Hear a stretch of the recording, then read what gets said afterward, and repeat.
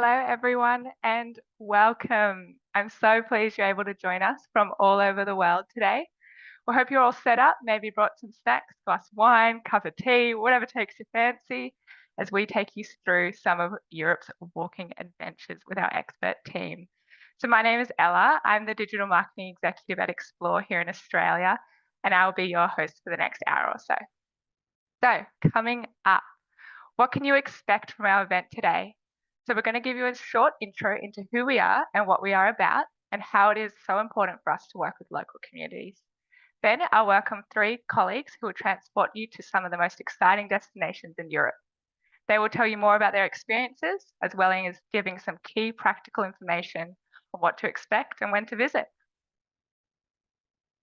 We'll finish off with some time to answer questions, tell you about an exciting offer and a prize draw to win a case of organic wine. So very nice.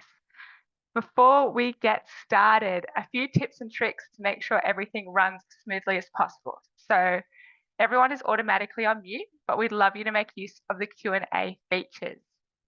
So on the chat, it'd be great if you could tell us where you're viewing from, or if you've been on an Explore adventure before. Maybe you've even been to one of the destinations we're going to today. Let us know in the chat. We always love hearing from you guys. If you have any questions as well that you would like us to answer, please use the Q&A function. I have a team of experts who'll be answering the questions as we go, and we'll keep some of those questions to be answered during the live Q&A with our experts at the end. If you miss anything or need to duck out, no worries at all. We are recording this event and we'll be sharing the recording along with a summary of the most frequently asked questions. You'll also get an email with an exclusive offer and a link to the video by the end of the week. So about Explore, before we get started properly, some of you may know us very well, but there's some of you who might not be so familiar with us. So we run over 350 small group adventures to more than 100 countries worldwide. We have a classic discovery trips, walking, cycling, family tours, all with small groups averaging at about 11. Expert leaders and unforgettable experiences, of course. We also have a brand new collection, Explore Upgraded. It's everything our customers love about an Explore holiday, but with upgraded stays to offer that little bit of extra comfort at the end of a long day's exploring. So why explore? Why do people love traveling with us? So on our trips, you'll see a mix of famous sites, hidden gems that others might miss or not even know about. As travelers, we love to experience a place and not merely observe it. So as we say here, don't just travel, explore. So we take you closer to the country, its culture and people, often in spontaneous ways. And that's all thanks to our fabulous tour leaders. So they use their expert insider knowledge and local connections to make the most of those unexpected opportunities. They'll be on hand to make sure your trip goes smoothly, take care of the logistics, so you can just enjoy the destination. On average, our group size is 11, so we find that that's big enough to meet like-minded people, but small enough to get to the heart of the destination. Sustainability is at the heart of what we do, so we only work with partners who have the same values. We're also a certified B Corp here at Explore. We also recently received Platinum Trusted Service Award from FIFO because our customer reviews are 4.5 out of 5, which is something we're very proud of here. So I think local communities, I think we can all agree our strongest travel memories are the connections we make on our trips. It's the locals that share their food, their culture, their landscapes, which is what Explore Tours are all about. So we're really proud that our trips champion the local and put money into the local economy. So we love all that. We also love to do even more. So here we have the Explore Foundation is how we give that little extra back to the places we visit. The foundation is a registered charity run by a board of independent trustees. When you travel on an Explore tour, we make a donation on your behalf, and that money raised supports innovative grassroots initiatives that empower people and create opportunities. So we've provided bikes to women in Tanzania to access education. We've helped elephants stay in their natural habitat in Thailand.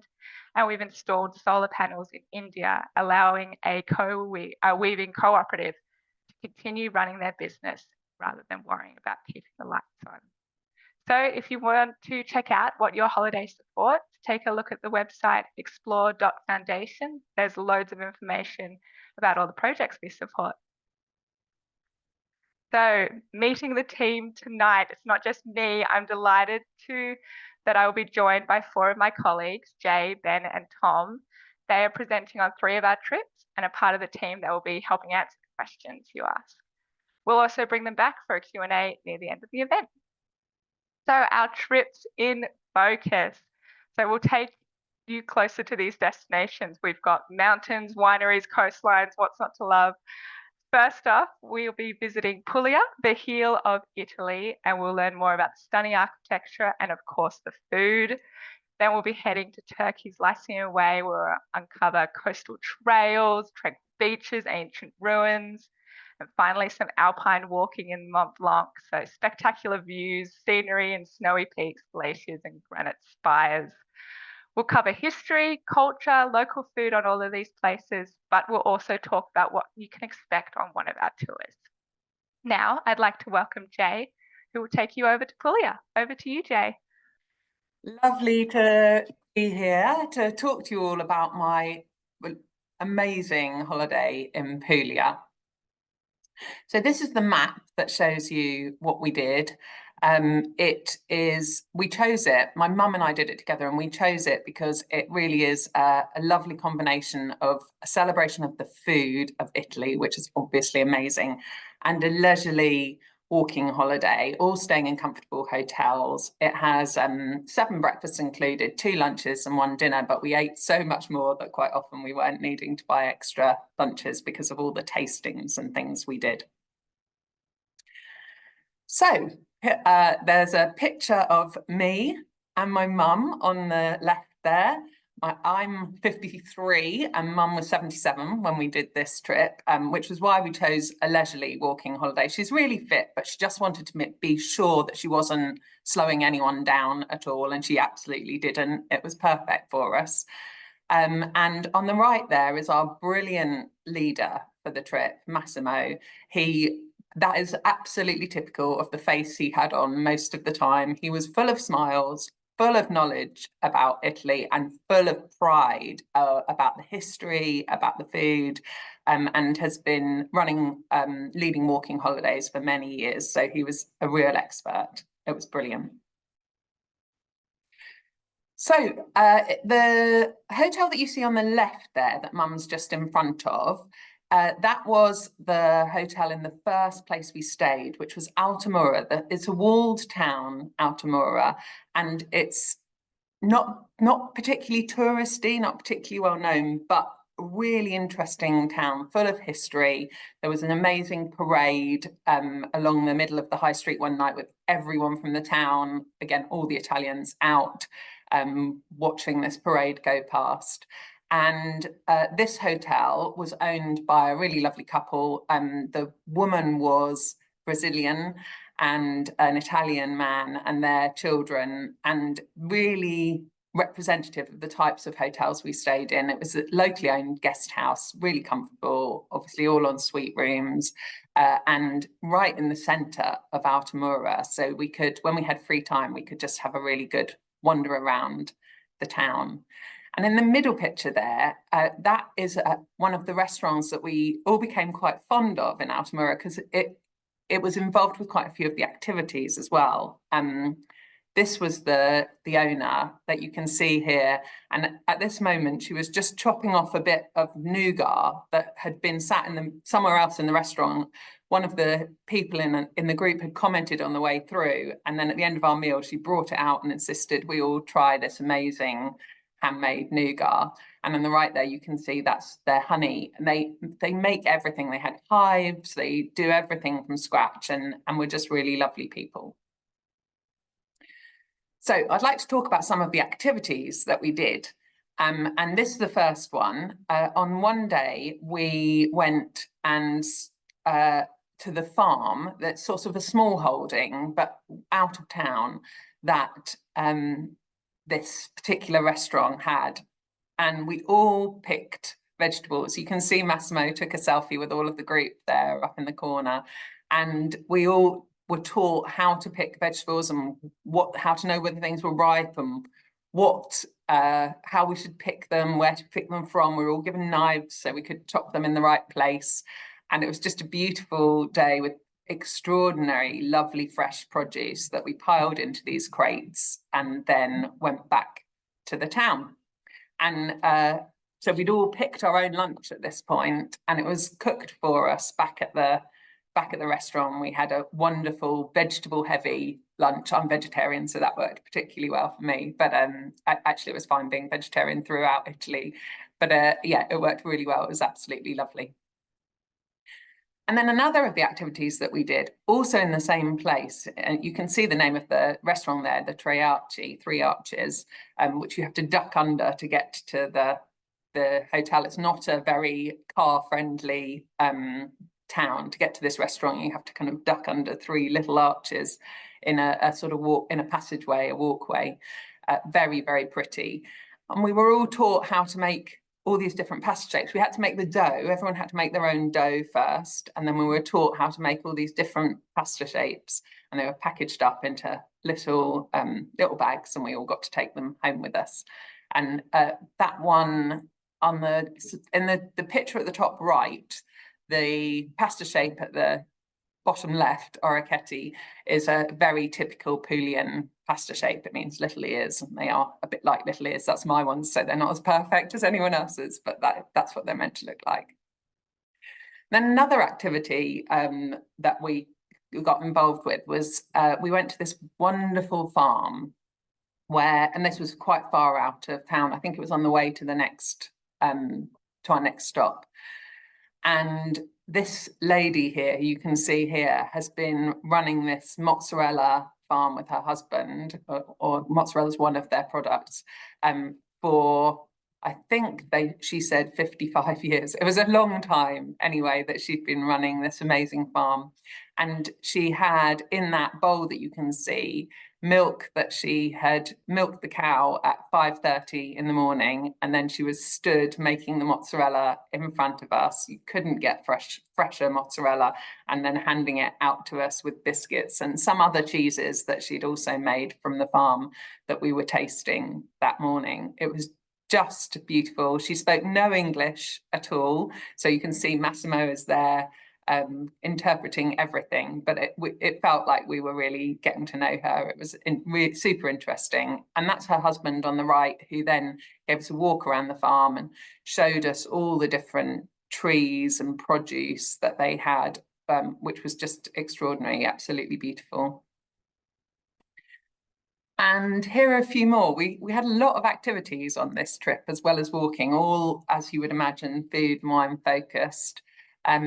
These two show the wine tasting. That's me tasting the wine on the right there, and an olive oil tasting, which you can see in the bottom left corner there. And we really got to understand how the olive oil gets sort of spicier and spicier as the classier stuff is much kind of spicier, that you can taste on your tongue. And they also had some flavored olive oils as well. And the woman in the middle there who's teaching us who's doing the wine tasting for us was just so passionate, Maria, and she just absolutely loved this vineyard that she had been part of for a very long time. I think it was her family who had owned this vineyard, and she was super passionate. She'd gone to wine school and come back with all the knowledge, and was just an absolute star at teaching us how to taste the wine and talking about them all and why they tasted different. And as it seemed to be the case everywhere we went in Italy, everything came with bits of food as well to sort of taste alongside, which was lovely. And then it wasn't just the activities where this food was amazing. The lovely thing about this food and walking focus trip, which allowed us to eat huge amounts because we felt like we'd walked some of them off every day, was that Massimo took us to wonderful local restaurants, really interesting, lovely restaurants every night. And so not everyone came to every restaurant. Most of the group did. We ate together most of the time, but obviously for the meals where they're not included, it's entirely optional. But Massimo just had such great knowledge about where we should go. You can see in the middle there this chap who was walking around with fish for people to choose on one of the evenings. There's a fabulous risotto that I had top right, and then a huge, beautiful cheese bottom right there. And everyone just loved the food, and it wasn't expensive at all. It was really great value. Massimo also had lots of advice about the wine and which wines we should buy. So we drank a lot of local wine, which was a really nice thing. And then a little bit about some of the places we went to. So Matera is one of the sort of most famous places that you visit on this trip. Slightly confusingly, it's not in Puglia, it's in the next province along, which is called Basilicata. And it's this extraordinary town that was built on the banks of a sort of curve in a riverbank, which is just full of caves. So every single one of these properties that you can see here is actually a front that looks like a building, but as you go further back into it, you go into caves in the rock. It was the most extraordinary town, and we were actually, at this point, I'm sat outside our cave, so our room also looked like just an ordinary room from the front with a door, but when we went in, as we went back, we were in a cave, and we're sleeping in that cave overnight, which was a really fun experience. The other thing that was super lovely for us about Matera was that I shouldn't say that, actually. I should find a better way of putting that. But while we were there, the Pope died. And of course, that was a very big thing in Italy. And in Matera, every single church bell rang out for 2 hours. And we just sat outside this cave with this extraordinary view. You can see there's this sort of honey-coloured light. And the bells were just ringing and ringing and ringing from all around us. It just felt super magical. It's one of those things that, you know, just happened on that at that moment and felt really special.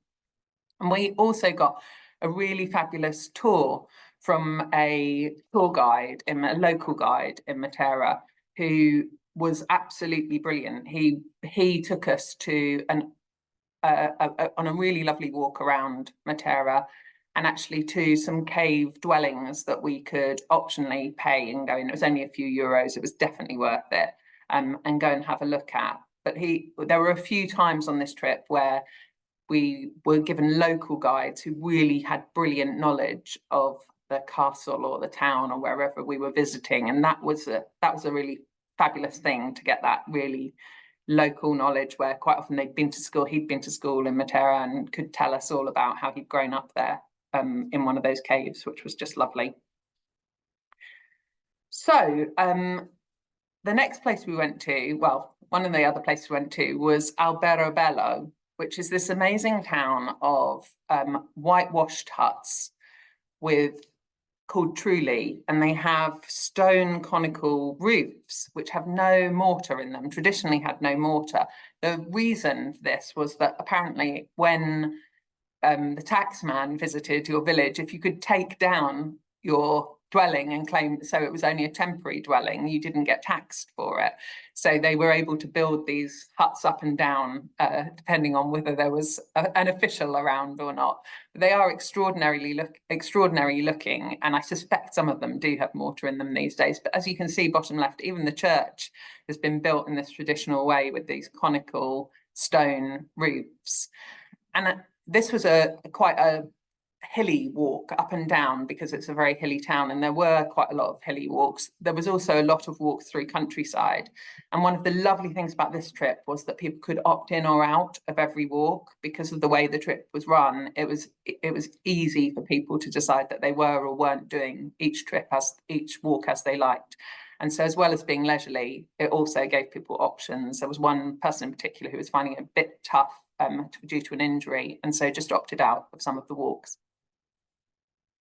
And then one of the things that really surprised us, and I don't know why we were surprised, it was May that we were there, and of course there were wildflowers, but it was extraordinary. Everywhere we looked, I mean, I could have done a whole presentation on wildflowers. everywhere we walked in the countryside, it wasn't like there was just a sort of swathe of one type of flower. That happened occasionally, but it felt to me like someone had literally thrown birdseed all over the edges of these fields, these hedgerows, and the wildlife and the flowers were just utterly gorgeous. And we were all, there was quite a lot of competition between some of the people on the trip about who could name the different flowers and who knew what was. So that was a really lovely way of bonding as well, was chatting about all this wildlife and beautiful flora that we saw while we were out there. And then on the next slide, you'll see that there is a huge field of, it was actually red clover and poppies on the left there, which we stopped at so everyone could have a look. And Mum just could not help herself but lie down in the middle of it. I've got this amazing photo, which I will always remember as part of sort of a summary of the joy of this trip for us, with these wildflowers everywhere and beautiful, beautiful weather. And my 77-year-old mother lying down in them, just reveling in this wonderful, bright landscape that we were in. It was really lovely. So that is a summary, a quick summary of a trip that we both really, really enjoyed, with a wonderful leader. It's an 8-day trip. As I said, it's leisurely. Time to travel is kind of those shoulder seasons, so what is the Italian spring and autumn, and I would thoroughly recommend May if you're able to do it, just because those wildflowers absolutely made it for me, and the accommodation was all in comfortable hotels. So that's it. I'm going to pass over to Ben, who's going to talk to you about the Lycian Way, which is a trip that I really want to go on, so I'm super keen to hear about this one. Ben, over to you. Thanks, Jay. How absolutely incredible. Puglia, if it wasn't high on my list now, it definitely is. Hi, everyone. My name is Ben, and I'm really excited to talk to you about one of our best-selling walking trips. It's called Hiking Turkey's Lycian Way. And this was actually my first walking trip a couple of years ago, and it certainly didn't disappoint. You know, if you're really looking to kind of slow down, immerse in nature and culture, then this is the adventure for you for sure. Let me talk to you now about the Lycian Way itself. So on the next slide, you'll see, you know, it's a stunning coastal path that covers, I think it's over 500 kilometers, that stretches along Turkey's turquoise coast. It weaves through ancient villages, through and across dramatic cliffs and through sleepy villages. And it's often ranked amongst the world's most beautiful hikes, and for really good reason. It combines that breathtaking scenery with thousands of years of history, of course. Our trip is a 1-week walking holiday.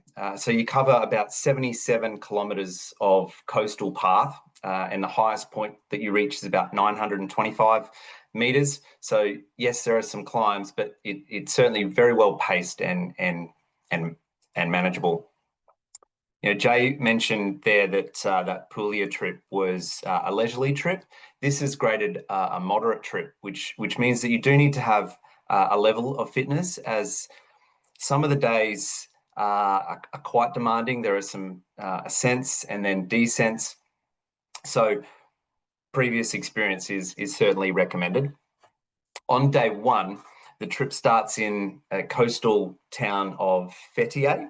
So the nearest airport is Dalaman, and Dalaman's really well connected from Istanbul. I was just looking the other day, actually, in preparation for this, and there's over 10 flights a day, I think, in peak season from Istanbul to Dalaman. So really well connected there, and it's just over an hour's flight if you're coming in from Australia or other parts of the world. And our hotel is a beautiful hotel. It's different from the one that I stayed in. This one looks even better. Our hotel here it's a beautiful 3-star property, and it is really close to the beachfront. You're only about 100 meters away. You're surrounded by lively bars and restaurants and shops. So it's the perfect kind of starting point to the trip, particularly if you're arriving a couple of days early. And then the trip finishes in Cash. And again, Dalaman's the nearest airport. It's only about 2.5 hours drive, and we include 2 departure transfers on the final day of the trip. And then if you're also staying on, we can also arrange private transfers as well. So let me tell you about here, you can see on screen, a little bit about the trail itself. You do officially start walking on the Lycian Way the morning of day 2 at a village overlooking Ulandes, which is best known for that stunning blue lagoon that you can see on the right-hand side there. And it's all very, very well known for that beautiful beach, the stunning bay, and really well known world over actually for paragliding as well, out of interest. But from here, you start walking along marked trails, along mule tracks, and you wind through the mountains and pine forest. You'll see some of the images here on screen. You walk around 5 to 6 hours a day, so there's plenty of time, absolutely plenty of time to stop and take a breath and take in those beautiful views, as you can see on screen, and also plenty of time for water stops and for the occasional Turkish tea, of course, too. So some sections are challenging. There are some steep climbs, there are some rugged paths, but mostly just gentle strolls along the coast. And there are a couple of, I should point out that there are also a couple of sections that the trail traverses that are quite steep, with about a 45-degree angle. All of the members of our group, when we did it, were absolutely fine. But if there is anyone who suffers from vertigo, then those areas probably are best avoided. And then on the trip itself, you can see on the right-hand side the image there of one of those traverses, and the trip leader can take care of helping you move around those areas by using the local support vehicle, and that can just be sorted out on the trip. Like I said, for our group at least, that wasn't an issue. So my tour leader had been leading groups on this trip. Here she is on the left-hand side. She'd been leading groups for over 8 years, and Zep was just incredibly knowledgeable on the terrain that was in front of us, and kept us really well informed. Often she would do a briefing either before dinner or after dinner about kind of what to expect the following day, and then on the walks each day themselves, she would keep us really well informed. She'd pace each of the days really nicely, and kept us informed about things like drinking water, which for us was really important because it was really hot when we were there. So every day there's someone appointed as a backstop. Zep would, so Zep, our leader, she would nominate someone who was going to be at the back, and then so that she knew that if she could see that person, that everyone was accounted for. And what I loved about our group in particular, and I'm sure it's the same for all groups that do this trip and our other walking trips, of course, as well, is just how supportive everyone was, and the camaraderie that we formed. Naturally, there were some slower walkers in our group, but it honestly didn't matter in the slightest. We all rallied behind each other. We encouraged each other, of course, and it was just a really lovely aspect of the trip, how supportive everyone was, and it made the conversation around drinks and dinner at the end of the day just even that a little bit more enjoyable. So there are many highlights on this trip, but for me, it was the descent here into Butterfly Valley. There's a couple of great images you can see on screen. And then we stayed at this rural village guest house as well, where after a long walk, we were greeted by the most amazing Turkish hospitality and home cooked meal. I think it's day 3, actually. It's the longest walk. It's 18 kilometers that day. And this beautiful Turkish family are just so hospitable and cook a really beautiful meal for everyone. So that was a real highlight. But the photo you can see on the right-hand side is here in Butterfly Valley, and just the most perfect, setting for dinner on night 2. A lot of us have just come out of the pool. There's an image coming of that shortly, but we just come out of the pool, and this was our dinner setting for the evening. This is also where Zep gave us the briefing for the following day, as well, and a few of us stayed on there and had a couple of drinks after dinner. But yeah, just the most perfect setting for dinner on night 2. That was a real highlight for me for sure. So on that note, we should talk about food, an increasingly important part of anyone's travels these days, and certainly having heard from Jay there about all the amazing food in Puglia, this trip definitely won't disappoint. For me in particular on this trip, it was all about those delicious spinach pancakes dipped in local honey. You can see in the centre there the spinach pancakes, and we were introduced to these on day 2. Here we sat under this grapevine terrace just off the trail, and this lovely lady was preparing them for us. We could join in and help her as well, and we would dip those spinach pancakes in local honey, and they were absolutely delicious. A great well-earned lunch break, and that was day 2. But honestly, we had pancakes right in, certainly as much as I could throughout the 8 days.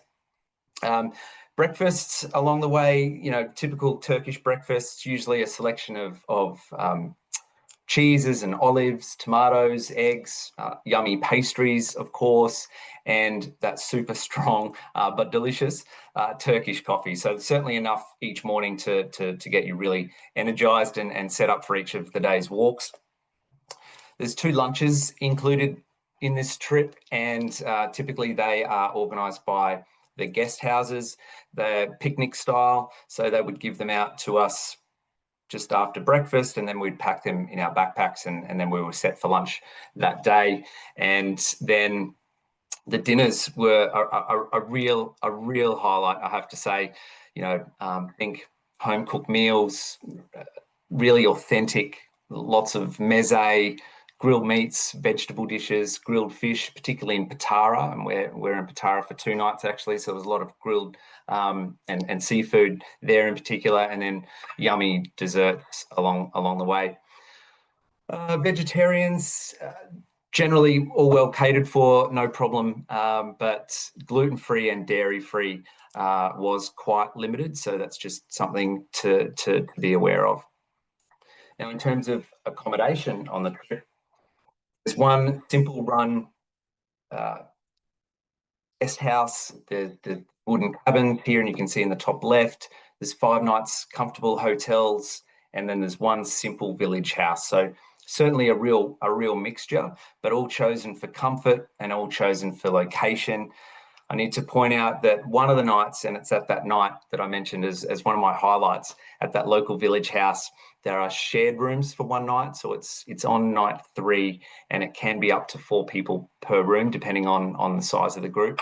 But again, it was a wonderful experience for our group. They're just there for one night, and you stay with this wonderful local family. And I think I understand that our groups have been staying with this family for over 25 years. So it's a wonderful experience. It's just the one night, but should just point out that it could be up to 4 people per room for that one night.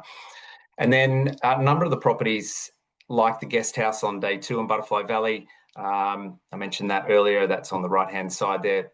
It's got really well appointed pool, as does our hotel in Patara as well. And those pools just obviously made the perfect setting for a refreshing dip after the day's walks. The bottom left that you can see there, that's the hotel that we and the hotel pool that we use in Patara. And then there's the last day of this trip, and it's a real treat. It's super relaxing. We head out by boat to visit Kakova, which is a stunning bay. You might know it for the famous sunken city, which is that ancient town that sits just below the crystal clear waters, and you can see partly submerged. And there's plenty of time here for swimming and the most delicious barbecue lunch, and just the perfect way to unwind after a perfect week and some of the longer walks there.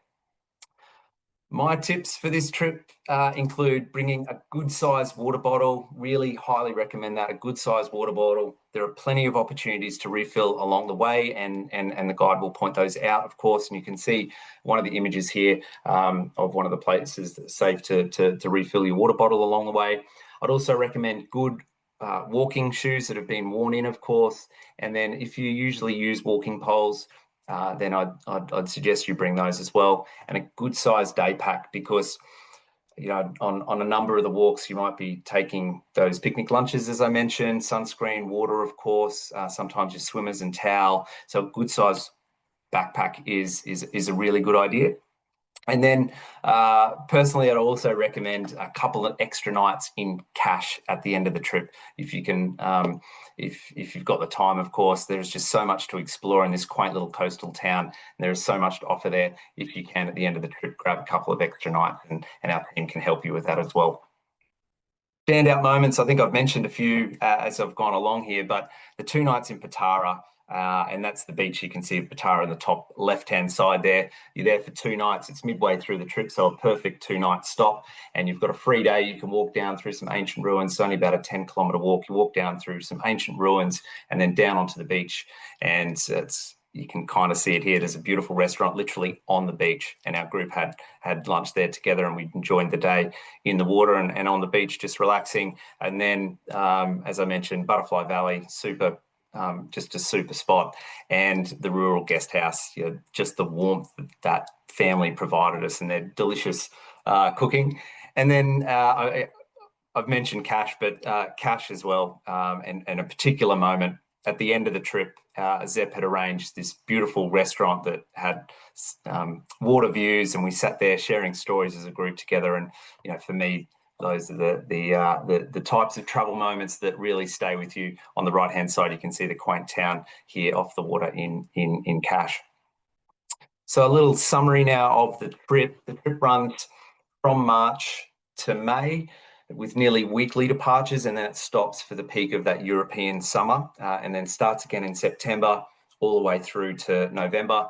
When I travelled in September, and it was still really hot then. So, think days in the mid-30s, but of course, that just meant we enjoyed the swimming stops a little bit more. We enjoyed those pools a little bit more, and often our guide would get us going a little earlier in the morning, just so that we could avoid the heat of the day where we could. So an 8-day trip. There's some information there about how to find and navigate to the trip online. Turkey's Lycian Way, and it is a moderate trip, as I said, so some prior walking experience is recommended.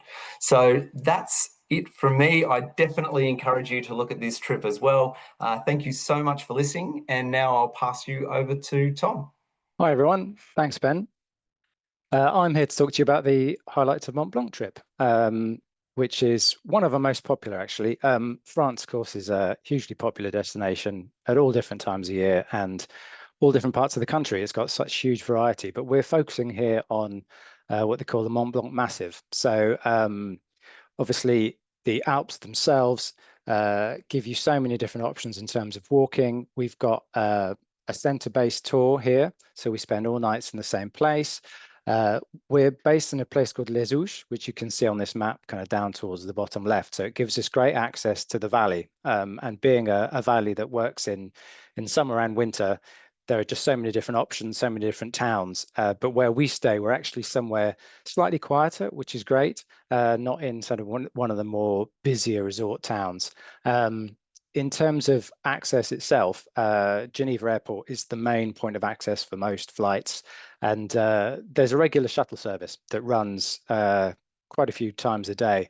So rather than us arrange a transfer, it's dead easy for you to, whatever time your flight arrives, to book this shuttle service that will drop you off literally right outside the hotel. It costs about 50 euros, I think. And it's quick, it's efficient, and it lines up to all the different flights that arrive in during the day.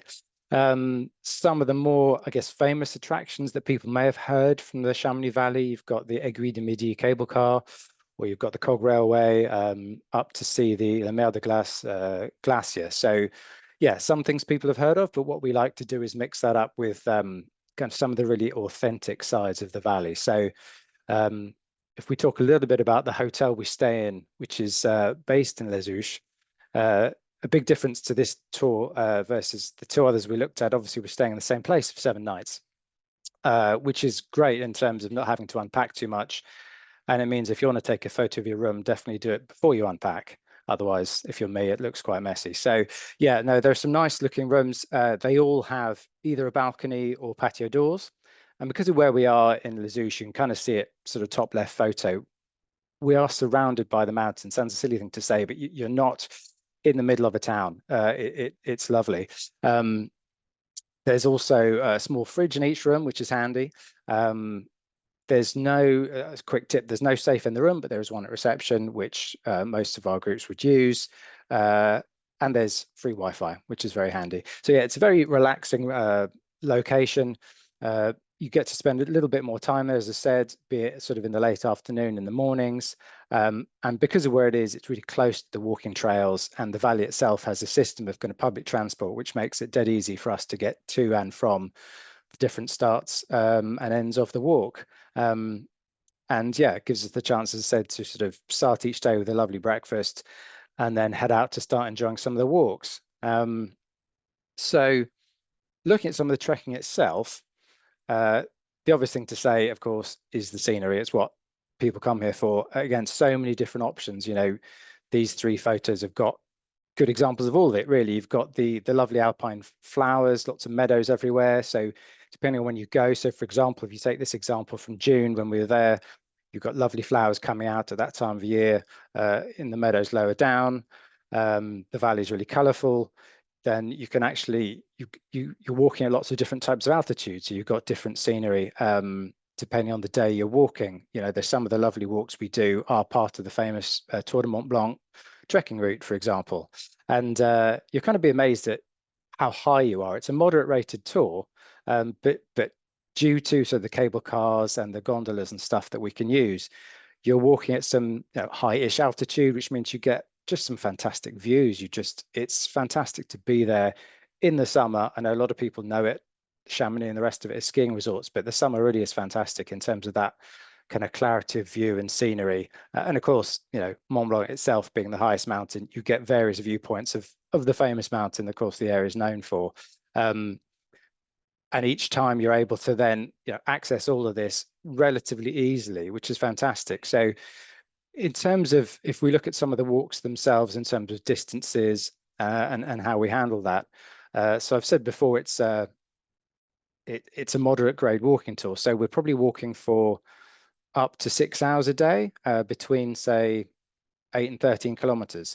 But actually, and we get up to, on most days, we can get up to just over 2,000 meters. Although, as I was saying, that's kind of can be considered high altitude and it's fantastic in terms of views. It's not so high that will make a difference, as in, you're not going to be short of breath or anything. Typically, if we're talking high altitude trekking, you may be above 3,000 meters, but unless you get on the Aiguille du Midi cable car, which will take you up to about, I think it's 3.8, and that's purely for the views, then you shouldn't really feel any impact. As you can see here, look, we get on and off these little, you've either got these little lifts that are used as much in winter as in summer, which means that we can kind of cherry pick the best walks, really. We can either skip to the top and enjoy a walk around the top, like at the Balcon Nord or something, that literally means like balcony, because it's up, once you're up there, it's not actually a huge amount of ascent. And it's also sort of important to say that whilst we might be walking for 6 hours total, it's not 6 hours straight. We're there to enjoy the views, stop, take photos. There's some cafes, refuges. We have picnic lunches. And on some days we have sort of optional second walks, which can be sort of in the afternoon. And a few people would kind of usually would decide to maybe to sit these out because they just sort of fancied a bit of a rest. They had a good walk in the morning and wanted a slow afternoon. And again, this cable car system means we can sort of hop up and down and really get the best bits. And in terms of, I guess, the trail and the conditions themselves, you can see little bits in these photos here. It's quite varied, but again, nothing particularly challenging. The paths are well marked. We've got kind of forest trails, more rocky alpine sections, I guess, as you can see on the right. So yeah, as you can see from our group walking along there, we're keep an eye out where you put your foot, but it's all stable underfoot and pretty easy. If we do walk on a little bit of, depending on when you go, so from us in June here, you can see a little bit of snow on the ground. You might get that at certain times of year. We would probably have expected most of it to melt by this point, but weather can be a bit changeable. But again, this is nothing challenging. You do need a decent level of fitness, as all of our moderate grade tours, and just be, yeah, as I said, happy, relatively sure-footed. I think it's worth mentioning at that point, yeah, the weather can change a little bit. Yeah, some of the photos earlier were, you could tell, a bit more overcast. You can have a bit of a mixed week. Out of 6-7 days of walking, I think we actually had five days of lovely weather, 2 days where it was a bit overcast, and the morning started a little bit more cold. So it's worth packing for all different kinds of weather, and just having an extra layer or two in your backpack, which is really handy. And of course, that's why the boots themselves need to give you good grip and good support. So if we have a quick look, actually, while we're on the topic of gear, and as you can just see here, some ankle support on the boots is really handy. I mean, Ben mentioned trekking poles again. Yeah, really good call for some of the descents and ascents. You can, if you don't want to take them or don't have them, you can rent them locally fairly easily for about €10 a day. That's fairly standard to do. It's also, I mean, as a little tip someone gave me, which was handy, is that if you want to carry your boots and your hand luggage, that's probably a good call, because if your main luggage gets delayed, you probably don't want to be sort of doing sections of the Tour de Mont Blanc in flip-flops, and you also don't want to buy a new pair, because then that's going to be super uncomfortable. So yeah, keeping them in the hand luggage is a good call. So the other things to bring is a plastic box for the packed lunches, which I'll chat a little bit about later. But that's handy, and yeah, refillable water bottle. Our leader would have one with the little filter on it to fill up at various places. And again, depending on the time of year, depending on the heat or whatever, you're going to be hydrating regularly, I guess, regardless. And yeah, leaders, this is Christian. He, like all the leaders that will lead our groups, is an international mountain leader. Yeah, knows the area really well. Here you can see a bit like a typical briefing, where, because of the way it's set up, with the different trails, you've got the maps. He'll help you situate where you are, where we've come from, where we're going to. A little bit of chat about the differences between the different areas in terms of terrain. You can kind of see from the photo of this map, this is an area where they have had success reintroducing certain species, for example, species of, I think it was ibex in this case. But anyway, so a little bit of detail about the flora, the fauna, and we'll chat and have a look at different springs and different routes. And if needs be, we'll obviously switch it up a little bit with the weather. Again, that's kind of the beauty of being centre-based. Like, if one of the nicer walks in terms of views looks like, oh, that might cloud over a little bit, we can just switch it around for another day. It's super adaptable, and guides like Christian can do that really easily, keeping an eye on the weather forecast. So it was great. Just as I said, means you can really make the most of it. Food, I think, is an important one, obviously, as the guys have talked about. You've got a real mix. So in terms of, we've got 4 dinners included, for example, so all at the hotel, which is kind of your classic, typical mountain fare, everything from kind of Savoyard specialties. You'd get a bit of a choice. You'd have like a fish option, pasta option, a meat option. And you can, like, if you share between 2 of you, you can go for the raclette kind of fondue option. And yeah, and there's a vegetarian option as well. So good options there at the hotel. On the nights out, Les Houches itself has got a couple of different bars and restaurants. It is possible. So Chamonix itself, which is kind of the biggest town, I guess, carries the name of the valley, is about 5K away, and you could spend a bit of time there. It's easy to get to. So on the free evenings, yeah, similarly, Christian will pick a hotel, or whoever's the leader at the time will pick a restaurant. Sorry, and people often eat together. A few people can head off and do their own thing. You've got a huge variety. You can see, like, bottom right here is a typical breakfast. As I was saying before, you can kind of really fuel up before you head out for the day.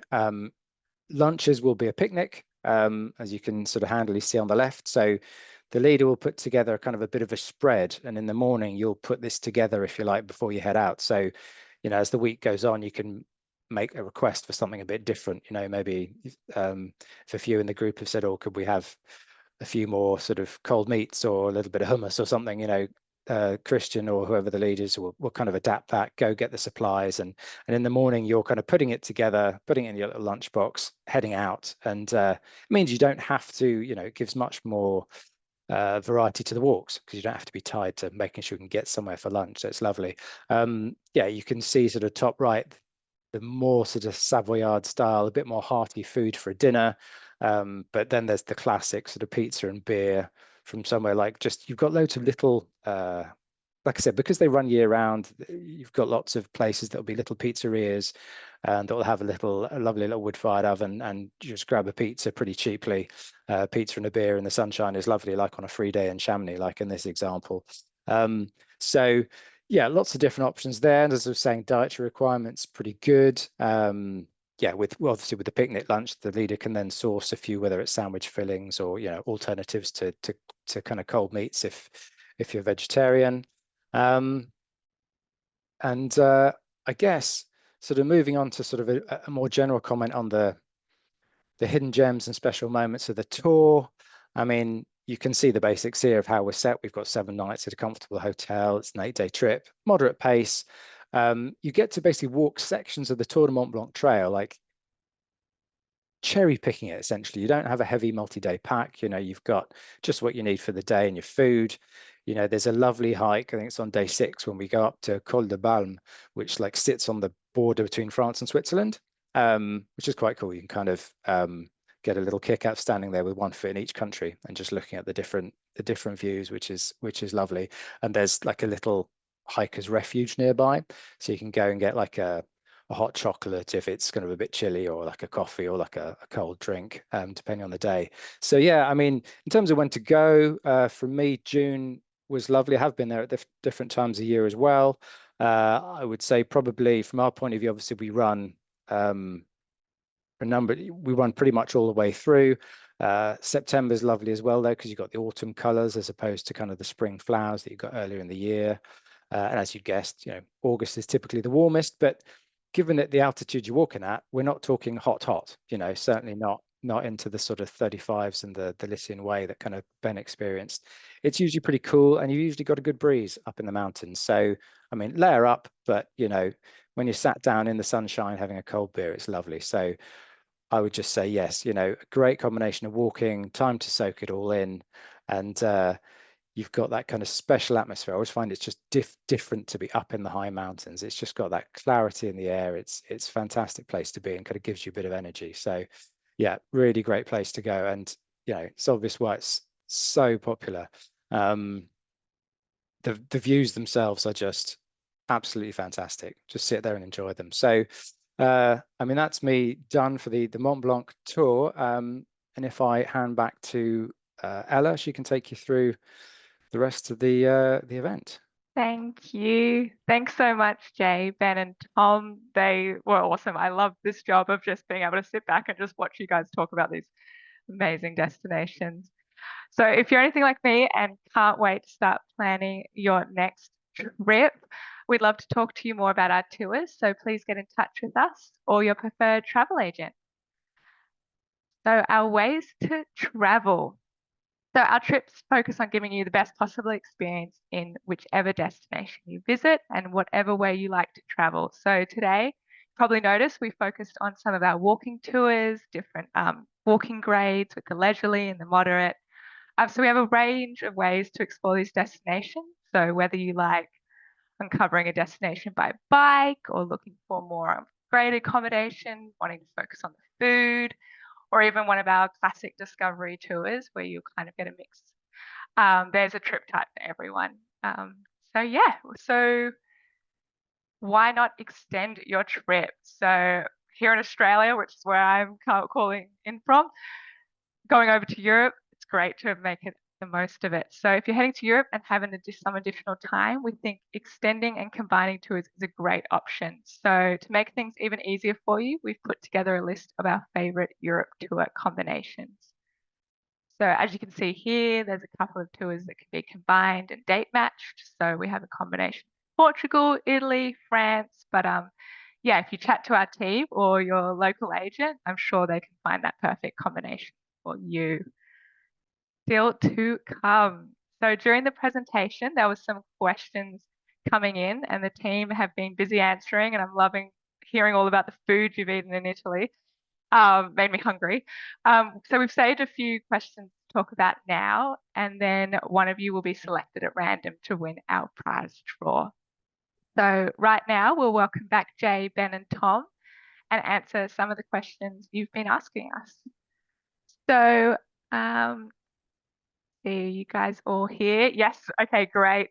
So question for Tom. With the Mont Blanc walk, is there a necessity to use the chairlifts or can you use gondolas and cable cars? So a chairlift is used on day 6 after the gondola to get higher up to the start of the walk. As an option, I guess, because maybe they look a bit more scary. They're dead easy to use, but I get it. I can understand if you're not used to it, can feel a bit exposed. But so, yeah, so for example, I think day 6 is what comes to mind. So after the gondola, you use a chairlift to get a bit higher up to the start of the walk. One option would be, I guess, to stay at the lower elevation. But to do the walk as planned, yes, on that one, you would have to use the chairlift. So, but again, one of the beauties of it being centre-based, it's the sort of thing you can chat to the leader about the day before. And either, as I was saying there, you stay lower down and wait for the group to come back to you if that's feasible. Don't know off the top of my head what the timings would be like on that. But equally, it is also possible to skip out some walks entirely if you didn't feel that comfortable. That's the only one I can think of. But yes, as I said, you've got lots of different options there for either staying back, doing an alternative walk, potentially self-guided, depending on how it goes. So there's not a huge requirement. But it is just probably that one walk that I can think of. Great. Yeah, the tour guides are always there to help out as much as they can. Question for Ben. Regarding the share to come in Guy Village, is that the case for solo supplement as well? Yeah, sure. Great question. That is unfortunately the trip leader, and we'll do our best, of course, to accommodate anyone who's booked on a solo supplement. But it is just the one night on that entire trip across those 7 nights that we just can't guarantee a single room. Yeah. The village stay, as I said, it's an absolute highlight. It's on day 3. It's after a really long day's walking. It's actually the longest one, as I said. I think it's 18 kilometers, and the walk leading into that rural guest house and that village is just stunning. There's just beautiful, stunning views out onto the coast. The accommodation. Listen, the accommodation is twin share and or multi-share, and they're all ensuited. And obviously, it will depend on the size of the group. If you've got a full group at 16, that might be a little bit harder to accommodate, of course. But if it's maybe a smaller group of maybe 6 or 8, that might be a little easier. But the Tripoli will do their best, of course. It's just the one night on that trip that you can't guarantee. But like I said, it's a real highlight. The hospitality of this family is something that will stay with you, I'm sure. Yeah, it's all about the memories on traveling for sure. Absolutely. Don't have any questions, Jay, but I would have loved to have a question of how was it like traveling with your mum? Oh, I just loved it. It was so much fun. She's super fit, slightly crazy, as you saw by her lying down in that field. As soon as she saw that red field, Love she was it. like, I'm lying down. It was just a really lovely mother and daughter bonding experience, just spending a holiday together. And I think the nature of our trips with that small group is you get lots of people who are very disparate from different places and different life experiences, but everyone is up for being in a group and talking to people. So quite often we didn't really talk to each other all day because we were talking to other people in the group, and then we would come together and chat in the evening. So yeah, it was lovely. Thank you, Ella. Yeah, no, I loved it. I'm planning to travel with my mum soon, so I wanted to know the tips. But yeah, it is the great part about our tours. They have a whole range of ages and stuff, and you can always call our team to find out what ages are in the group as well. So that's always great. Cool.